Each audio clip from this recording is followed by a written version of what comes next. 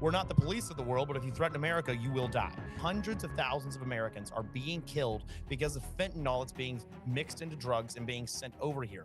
That is a declaration of war. When you look at a country like Venezuela, think of them as less of a country and think of Nicolas Maduro as a cartel leader. You need a little bit more of that in England right now, I'll tell you that. I have great respect for that nation, and we've got to win the West back.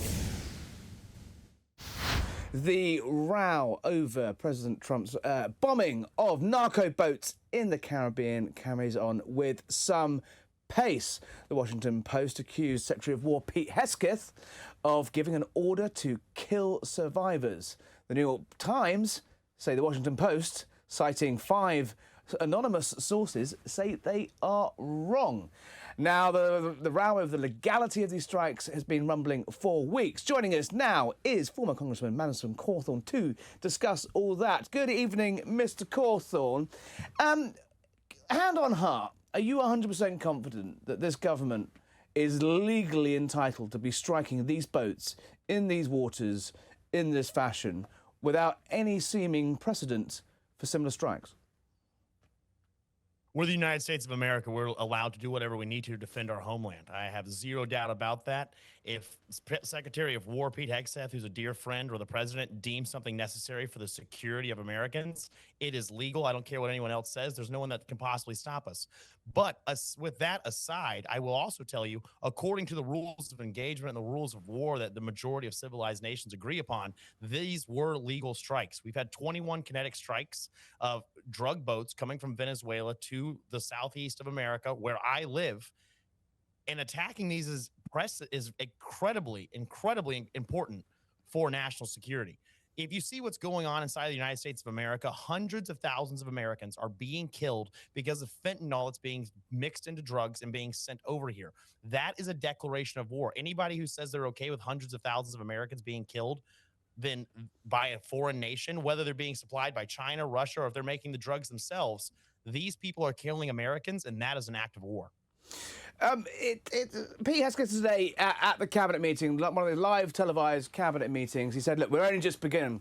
We're only just getting going on this. There is obviously an attempt, and I think with some help from some people within inside the Pentagon and within inside the legal structures of the American government, to try and put the kibosh on some of this. It seems they haven't been able to do that internally, and now we're starting to see that happen externally through leaks to the press, through pressure from senators and from Congress.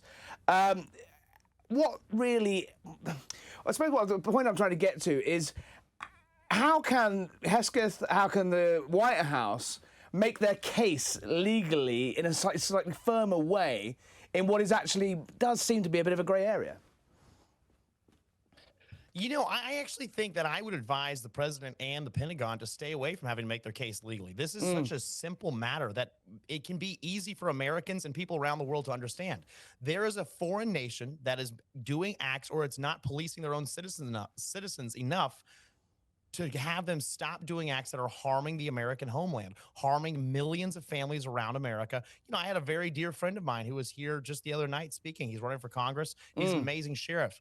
His child, his daughter-in-law, and his grandchild were killed by someone who's under the effects of drugs. That is a very real reality for Americans all across this country. And now when you sit back and think about it, it's like, oh, well, that doesn't sound like it's, asymmetric warfare, but it absolutely is. They are trying to weaken our country. That is what's happening everywhere around the world. Everyone wants to have America taken off of the top seat. I mean, your country tried it themselves, and we went to war with you guys, but we fought in non-ordinary means. The British was the greatest empire. England was the greatest empire the world had ever known.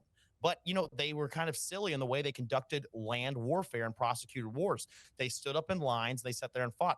I think most Americans' favorite movie around this country is The Patriot. And you saw in The Patriot, we actually took to some pretty out-of-the-box thinking of how we conduct and prosecute a ground war in the United States. And because of that, we were able to declare independence from England. And now America has become the greatest empire around the world. This is the greatest nation there is.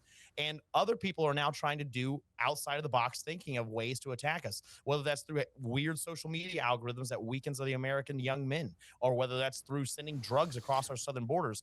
These are acts of war. And I'll tell you, when you look at a country like Venezuela, think of them as less of a country and think of Nicolas Maduro as a cartel leader who is prosecuting a asymmetric war against America. And in that mind of thinking, I don't think that we're doing enough to stop drugs coming into this country. We have secured our southern border on the land, but I'm telling you, I want to see more narco-terrorists destroyed and killed. I want absolutely zero survivors. I want people to think about, if I'm going to enter that country illegally, especially if I am bringing weapons or if I am bringing drugs or I'm bringing things that are going to harm Americans, I am going to die. Someone else will be raising our sons and daughters. 249 years since we had that row, but we're kind of getting over it. But thanks for thanks for bringing it up again. I suppose on that point, is it, if you look at the way that President Obama dealt with the rise of non-conventional terror enemies in terms of droning ISIS, potentially droning American citizens who are fighting for ISIS. This is an evolving case of legal precedent rather than it being sort of simple and black and white. Moving on though, America doesn't have a great track record, you could argue, is with land and boots offensives in South America.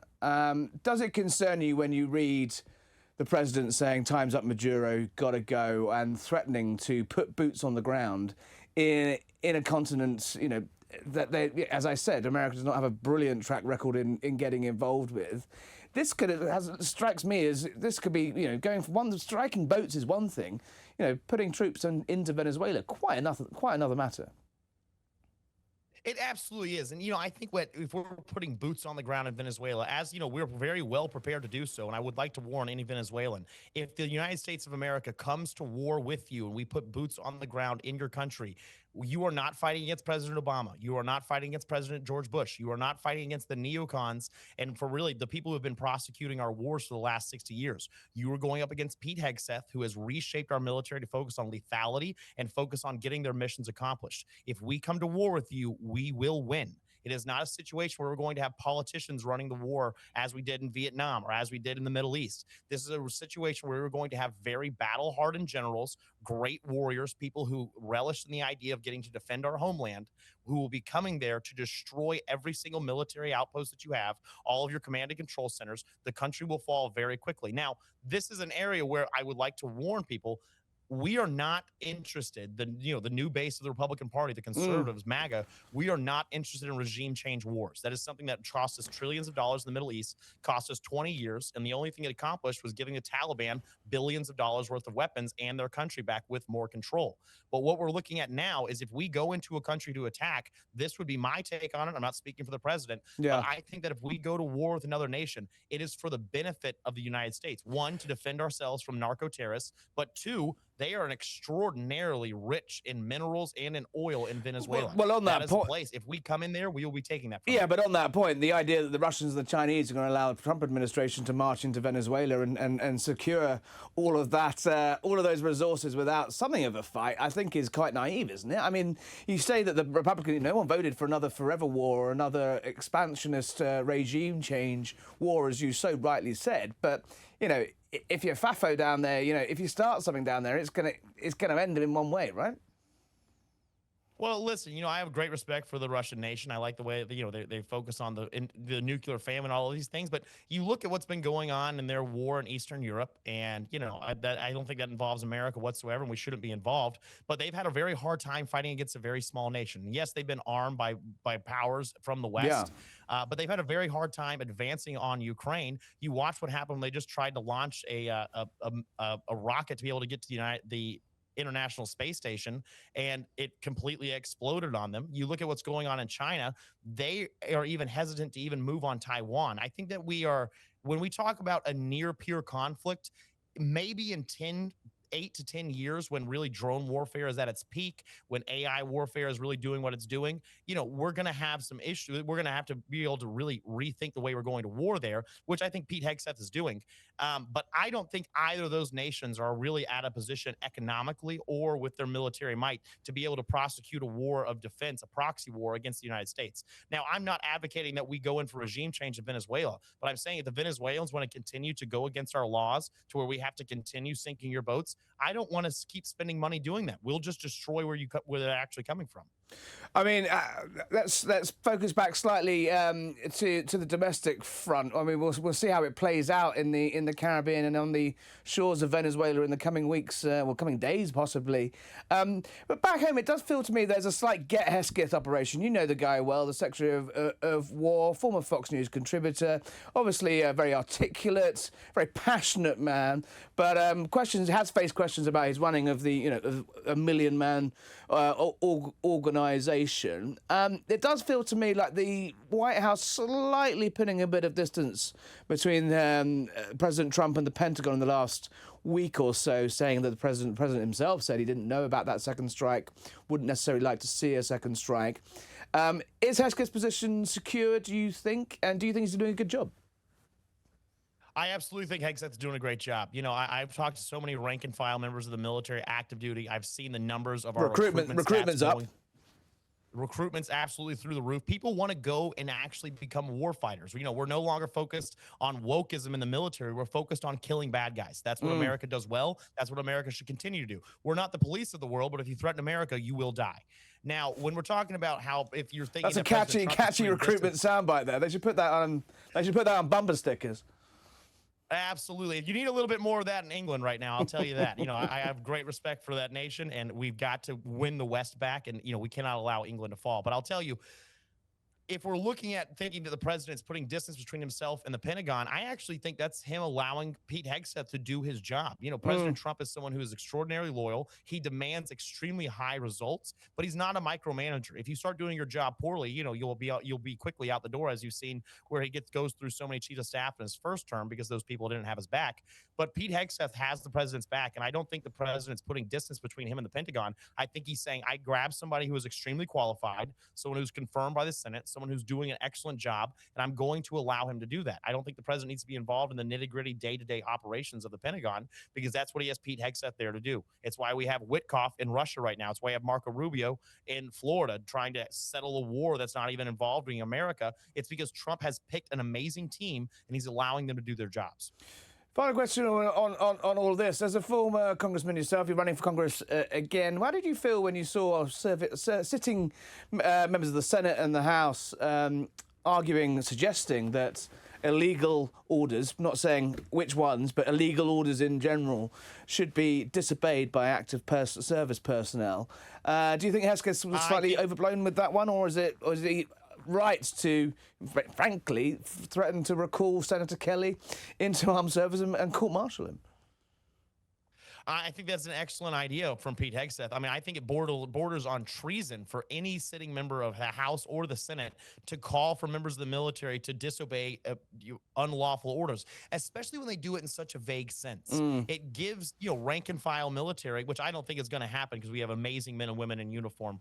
I don't think we're going to actually see this, but it's inviting people to start questioning their superiors, to start questioning the chain of command. And that is something that could be absolutely disastrous for the United States of America from a security standpoint. And I will tell you, anybody who's trying to question what's going on with the United States military, obviously, we have the role of oversight in the House and in the Senate. But I will tell you, trying to get people to not obey orders from their chain of command is how you get Americans killed. And Mark Kelly should know that. He was in the military. He should know the way it should be run. And, I didn't serve myself. I'm not trying to claim that I'm some kind of expert, but I will tell you, what's going on in the United States military right now is we're focusing on our physical standards. We're saying that, hey, I don't care if you're no black, more fat white, generals. No more fat generals. I'm telling you, we need people who are here to kill bad guys. Like I said, the job of the military is extraordinarily easy. Young men and young women will sign up to go serve in the military if they know that their job is to go out, achieve their objectives, secure the homeland, make sure we have prosperity and peace in the United States of America, and then we get to come home. That is the only thing that Pete Hegseth is worried about. And any of the noise that we're hearing from these senators or anything like that, it should be treated with exactly what it is. I think they're bordering on the line of treason. and they should really be careful what they're doing. Mr. Cawthorne, final question. You mentioned there England falling, your fondness for the old country. The show is called Harry Cole Saves the West. Do you think we're past a point of no return in that capacity? How would you save the West if you're returning to Congress? If I was to return to Congress, one, I would encourage every country, to encourage, one, we should focus on re-immigration, take the immigrants that a bunch of these countries have brought in, use Poland as an example. It's extraordinarily prosperous, has no terrorist attack. But you look at France, you look at England, these amazing nations, look at Germany, these amazing nations with great histories, rich, powerful histories who built the entire world, civilized continents, created nations.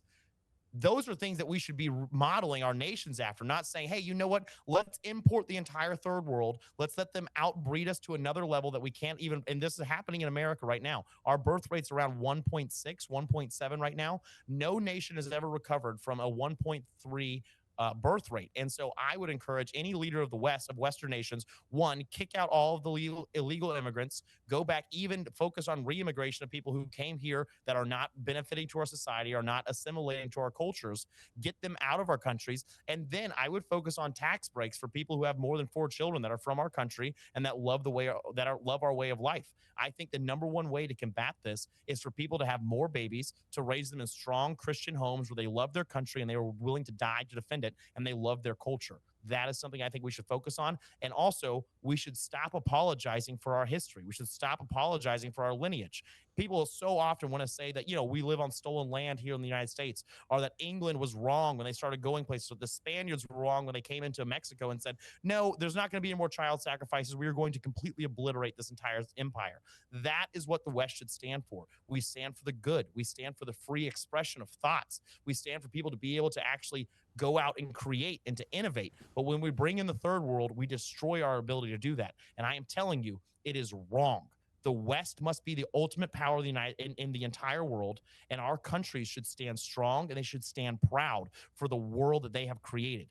England conquered the entire world, and now they are trying to figure out if immigration is a good thing simply because what we have coming in is something ridiculous, as much as something saying, oh, well, actually, food's gotten better in England since we started having people immigrate here.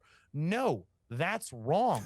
Your country was great before anybody came there. We can go take recipes from wherever we want. We have the recipes. Kick the people out, become the superpowers of the world again, and dominate. All right, well, I'm looking to set that to music for your next campaign ad. Congressman Madison Cawthorne running again in the great state of Florida. Come back and see us soon, and we'll carry on this conversation. Thanks for joining us tonight on Saves the West. Harry, it's an honor.